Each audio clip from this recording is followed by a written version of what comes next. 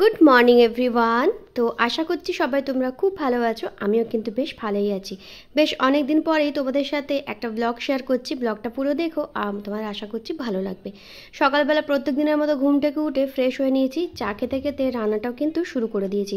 ওইদিকে ভাতটা চাপিয়ে দিয়েছি, আর এইদিকে হচ্ছে পেঁয়াজকালি আলু ভাজা করছি, আর সঙ্গে করব হচ্ছে বাঁধাকপির তরকারি। বাঁধাকপিটাকে আজকে হচ্ছে মাছের মাথা দিয়ে করব, কাতলা মাছের মাথা ছিল, তো সেটা দিয়ে আর কি বাঁধাকপিটা করছি। তো শীতের বাঁধাকপি খুব একটা সেদ্ধ করার প্রয়োজন হয় না, বেশ খেতে ভালোই লাগে। তো এই যে মামামা ঘুম থেকে উঠে পড়েছে, আর ওকে ফ্রেশ করে দিয়েছি। তো ওকে আজকে দেবো হচ্ছে একটু ব্রেড দিয়ে আর কি জ্যাম দিয়ে দেব।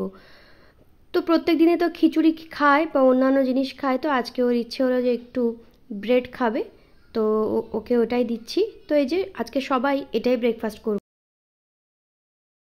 তো রান্না টান্না ওদিকে কমপ্লিট হয়ে গেছে, এবার হচ্ছে মামামের বাবাকেও ব্রেকফাস্টটা দিয়ে দেবো। তো সমস্ত ব্রেডগুলো সেঁকে নিয়েছি, আর এক এক করে হচ্ছে এটাতে জ্যাম দিয়ে দিয়েছি। জ্যাম আর বাটার একসাথে দিয়ে কিন্তু খেতে আমার বেশি ভালো লাগে। তো এই যে মামামকে দুটো ব্রেড দিয়ে দিয়েছি, আর ও নিজে নিজে খাবে, আর তার সাথে একটা কলাও দিয়ে দিয়েছি। তো আজকে একদমই সিম্পল রান্নাবান্নাই করেছি। এখানে বাঁধাকপি দিয়ে মাছের মাথা, এদিকে পেঁয়াজ কলি আলু ভাজা, একটু শাক ভাজা করেছি, আর সাথে কিন্তু একটু মাছ ছিল ফ্রিজে, তো সেটা আর কি মামামের বাবাকে ভেজে দিচ্ছি। আর এদিকে কিন্তু সমস্ত সবজি দিয়ে একটু মুগ ডালও করেছিলাম, যেহেতু ডালটা প্রত্যেক দিনই করতে হয় মামামের জন্য। তো যেহেতু কদিন থেকে মামামের শরীরটা একটু ভালো নেই, তোকে স্কুলেও পাঠাচ্ছি না। তো দেখি শরীরটা একটু ভালো হলে কাল পরশু থেকে স্কুলে আবার পাঠাবো। তো আমি এখানে নিজের লাঞ্চটা সাজিয়ে নিয়েছি, এবার খাওয়া দাওয়া করে নেব। মেয়ে ওদিকে খাওয়া দাওয়া কিন্তু হয়ে গেছে, খাওয়া দাওয়া করি, ওকে ঘুম পাড়িয়ে দিয়েছি। এবার চলে গেছিলাম একটু ছাদে। আজকে প্রচুর কাপড় জামা কেচেছি, সেগুলোই আর কি আস্তে আস্তে ভাঁজ করে নেব। তো সরস্বতী পুজোয় যেহেতু শাড়ি পরেছিলাম, ওই কারণে শাড়িটা একটু ময়লা হয়ে গেছিলো, তো ওটাই আর কি ধুয়ে দিয়েছি। আর কোনো জামা কাপড় আর কি পরার পর না ধুয়ে রাখলে আমার ঠিক আলমারিতে রাখতে ইচ্ছে করে না। তো শাড়িটারি এখানে ভাঁজ করা হয়ে গেছে, আর বিকেল হয়ে গেছে, একটু চা বানিয়ে নিয়েছে, চায়ের সাথে একটু বিস্কিট নিয়ে নিয়েছি, মামা মুদিকে দুধ খাচ্ছে। আর তারপরে হচ্ছে ম্যাডাম এখানে একটু পড়াশোনা করতে বসেছে। আর রাতে আজকে বানাবো হচ্ছে তড়কার ডালটাকে দুপুরে ভিজিয়ে রেখেছিলাম, তো এগ তড়কা বানাবো। আর মামামকে হচ্ছে আজকে একটু চিকেন ছিল, তো সমস্ত সবজি দিয়ে চিকেনের একটু পাতলা করে ঝোল বানিয়ে দিচ্ছি। তো ওকে এটা দিয়ে ভাত খাওয়াবো। আর এদিকে দেখো আমি রান্না করছি, আর এদিকে ও হচ্ছে খেলা করছে। তো পরের দিন হয়ে গেছে সকালবেলা, ওই দিনকে আর ব্লগ করা হয়নি। তো পরের দিন সকালে, এটা সোমবারের ব্লগ। তো সোমবার দিনও আজকে রান্না টানা থেকে মানে সকালটা শুরু করেছি। আর ওয়েদারটা দেখেছো কেমন, সকাল থেকে প্রচুর রোদ উঠেছে, আস্তে আস্তে কিন্তু শীতটা চলেই যাচ্ছে, বেশ ভালো গরম লাগছে। আর আমার রান্না করতে করতে তেলটা শেষ হয়ে গেছিলো, তো তেলটা এখানে ঢেলে নিচ্ছি। আজকে সেরকম কিছু খুব একটা রান্না টান্না করবো না, রেগুলার মাছ খেতে খেতে একদমই ভালো লাগছে না। তো বসে একটু চাটা খেয়ে নেবো আরাম করে, তারপরে রান্না টান্নাও করবো। তো এদিকে দেখো আজকে করেছি হচ্ছে মুগ ডাল দিয়ে আর বড়ি দিয়ে হচ্ছে লাউটাকে করেছি, আর সাথে এখানে করছি উচ্ছে আলু ভাজা। তো মামা ঘুম থেকে উঠে পড়েছে, ওকে আর কি ফ্রেশ করে দিয়েছি। এবার হচ্ছে একটু জল দেব, একটু ঈষদ গরম জল দিয়েছি, আর তার সাথে হচ্ছে ওকে একটু ওই তুলসীর যে ড্রপটা হয় সেটাই আর কি খাওয়ায়, তো 2 ড্রপ ওটা দিয়ে দিলাম। ওটা বেশ সর্দি কাশির জন্য বাচ্চাদের খুবই ভালো।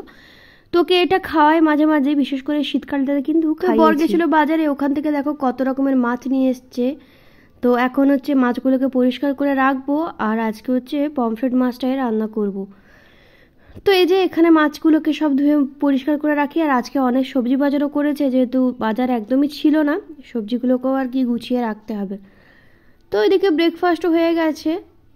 মামামের বাবা আজকে একটু দেরি করে অফিসে যাবে, তো মামামকে একটু ফল কেটে দিয়েছি। হ্যাঁ, এতটা ফল একা খাবে না, আমরা সবাই মিলেই খাবো। আর এদিকে দেখো রান্নাবান্নাও কিন্তু হয়ে গেছে। এখানে টমেটোটাকে পুড়িয়ে একটা চাটনি বানিয়েছি, এটা খেতে না ভীষণ ভালো লাগে।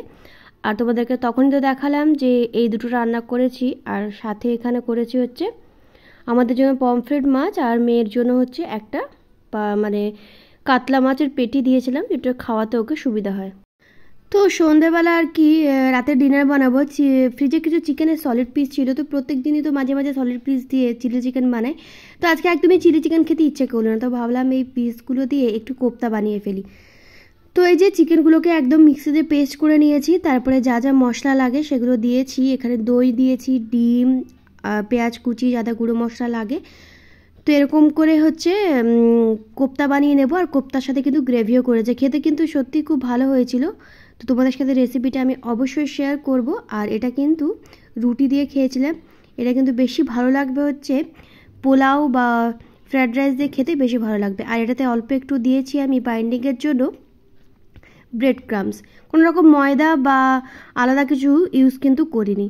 তো এইদিকে দেখো কি সুন্দর লাগছে, আর কোপ্তাগুলো কিন্তু এমনিও খেতে বেশ ভালোই লাগছিল, ওই আমরা যে চিকেন নাগেটস কিনে খাই না বাজার থেকে, ঠিক ওই রকমই লাগছিল খেতে। তো এইদিকে দেখো কোপ্তাটা আমার হয়ে গেছে, আর নামাবার আগে অল্প একটু কাসুরি মেথি দিয়ে দিচ্ছি যাতে ফ্লেভারটা ভালো আসে। তো দেখেছো দেখতে কতটা টেম্পটিং লাগছে, খেতেও কিন্তু বেশ ভালো হয়েছিল। আজকের এই ব্লগটা কেমন লাগলো অবশ্যই জানিও, লাইক কমেন্ট শেয়ার করে সঙ্গে থেকো, টাটা।